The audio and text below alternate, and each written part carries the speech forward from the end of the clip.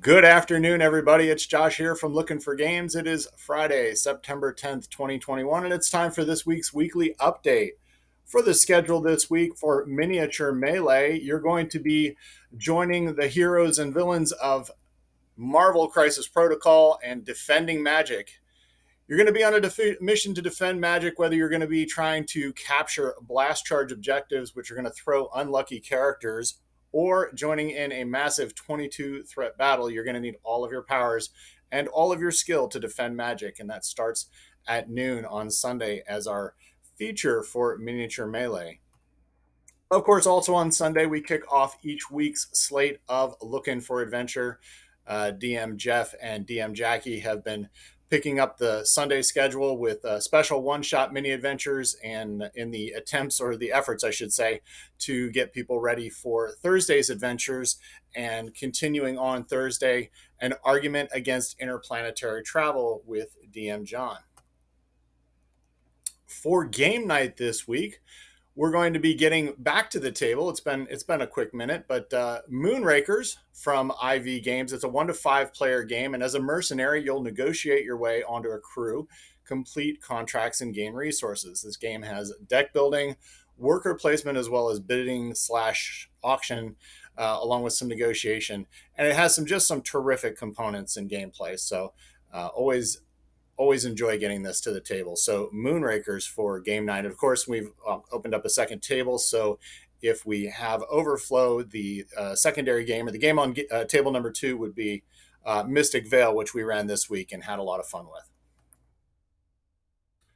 Now, of course, Pop-Up Gen Con is this weekend, and so there's going to be a lot of Pop-Up Gen Con to talk about. But one of the things also coming up for this, I should say, this upcoming weekend, the weekend of the 17th, is our pre-release weekend for Magic the Gathering. Still have a couple of slots available for the Innistrad Midnight Hunt pre-release, starting at 7 o'clock on Friday and Saturday. We also have all of those products that are available for pre-order, whether it's the set boosters, the draft boosters, the collectors, or the bundles. All of those are available for either pre-sale, which means you'll get them the weekend of the pre-release, or for pre-order, which means you'll get them the weekend after. Again, sessions start at 7 o'clock. We try to check people in about 6:45 so that we can get a good on-time start. Now, a note on the schedule: because of Pop-Up Gen Con, we will not have a Yu-Gi-Oh component for this weekend. I should say this upcoming weekend. I keep saying this weekend. This upcoming weekend. So we'll get you guys back in the following weekend. So Magic pre-release, and of course Pop-Up Gen Con on Saturday.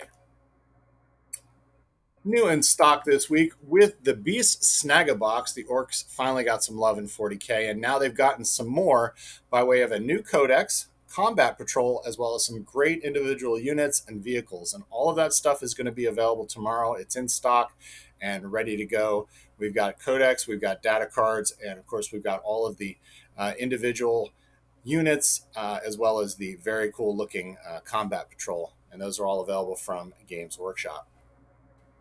In the queue this week, of course, Pop-Up Gen Con. I can't not talk about it because it's next weekend. All this time we've been talking, and it is finally here. Of course, we got the demo products in the store today, so I'll be cracking those out and start getting some of the rules sets in order. And those of you that have volunteered will be getting those rules out to you so that you can review and take a look at those. So that's going to be very cool. Again, the list of demos that we've gone over the last few weeks, so you know what we've got going on. We've got all kinds of stuff. Now, at this point, there's a few titles that have been taken off of the list, including the Downton Abbey game. That was the most recent announcement, and then the Dinosaur Island Roar and Write is also unfortunately not going to be a part of things. So.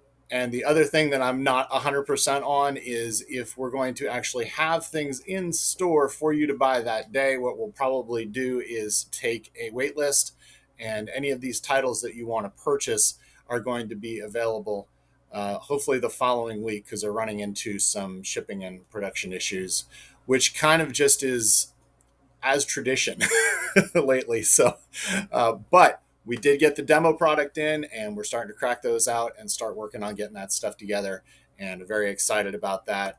Of course, um, we've been having featured games, and the featured games that we're introducing for this week. First of all, God Tier from Steamforged Games. It's a 2 to 4 player. I'm sorry, it is a 2 player hex-based skirmish game from Steamforged, where you're going to try to harness the power of the gods. You're going to capture objectives and battle your opponent to claim the essence of shattered gods and ascend to the throne of immortality and unknown power. Now, we're going to have the Borderlands starter set as well as the Eternal Glade starter set available to demo. So at least 4 people are going to be able to try out this terrific game from Steamforged. Next featured game is from USAopoly, or the OP as they're now known. It's Mickey and Friends Food Fight, and it's a dexterity game for 3 to 5 players where you're going to be flipping food across the boardwalk. This is your day at the beach. Flipping food across the boardwalk to clear your tray the fastest. You're going to earn medals by splatting your opponents and be the first to win, the first to 3 to be able to win the fight. So that's USAopoly's Mickey and Friends Food Fight. And lastly, we've got 3 this week because we had an odd number, right? The last one is from Weird Games, Bayou Bash. It's a 2 to 4 player racing game where each racer is going to have different abilities. You're going to be able to play special cards to be able to gain you an advantage. And along with that, you've got multiple configurations of racetracks. So you've got some really good replayability as well as ascending or descending levels of difficulty. So you can ramp this thing up as much as you want or make it super simple to play. So that's Bayou Bash from Weird Games. Now, a little bit of a look at the panels for this week. We firmed them up. I had a group back out and then jump back in. So I'm excited to announce that One Day West will be joining us for their panel. And again, just real quickly, here's the schedule. 1 o'clock, opening up the panels, Paul McMaster from McMaster 3D, expanding the third dimension. At 2 o'clock, Jonathan Lucas from Two Raven Studios, You Did That with Paint. At 3 o'clock, D&D for the rest of us with DM Johnny. At 4 o'clock, finally, Out of Your Head and Onto the Game Table, a game design Q&A, and a little bit of play testing, I'm told. I've heard they may be bringing some titles for people to try out. So if you ever wanted to get in on the ground floor of seeing things as they develop, you'll want to check that out. And that's going to be hosted by One Day West. That's Bob and Ryan Craig. And Hentry Games, which is Michael and Christina Pitry. So very cool local designers that have graciously joined us for our little version of Gen Con here. So that's the schedule for the panels. Of course, there is still time to volunteer. If you want to join us, you can sign up at lookinforgames.com. We have the badges and the lanyards in for those of you that did sign up already, and we're going to have a few available as well for walk-ins. Entry is $5 when you come in, and we'll walk you through that whole process when you come and join us on Saturday for Pop-Up Gen Con. Lastly, this week, a couple of titles that have been added to the arriving soon, including Marvel's Champions Nebula. The hero or character pack is going to be coming very soon. And then a couple of the other titles that we've already talked about. Unfortunately, Dinosaur World / Dinosaur Island Rar and Right are seriously delayed.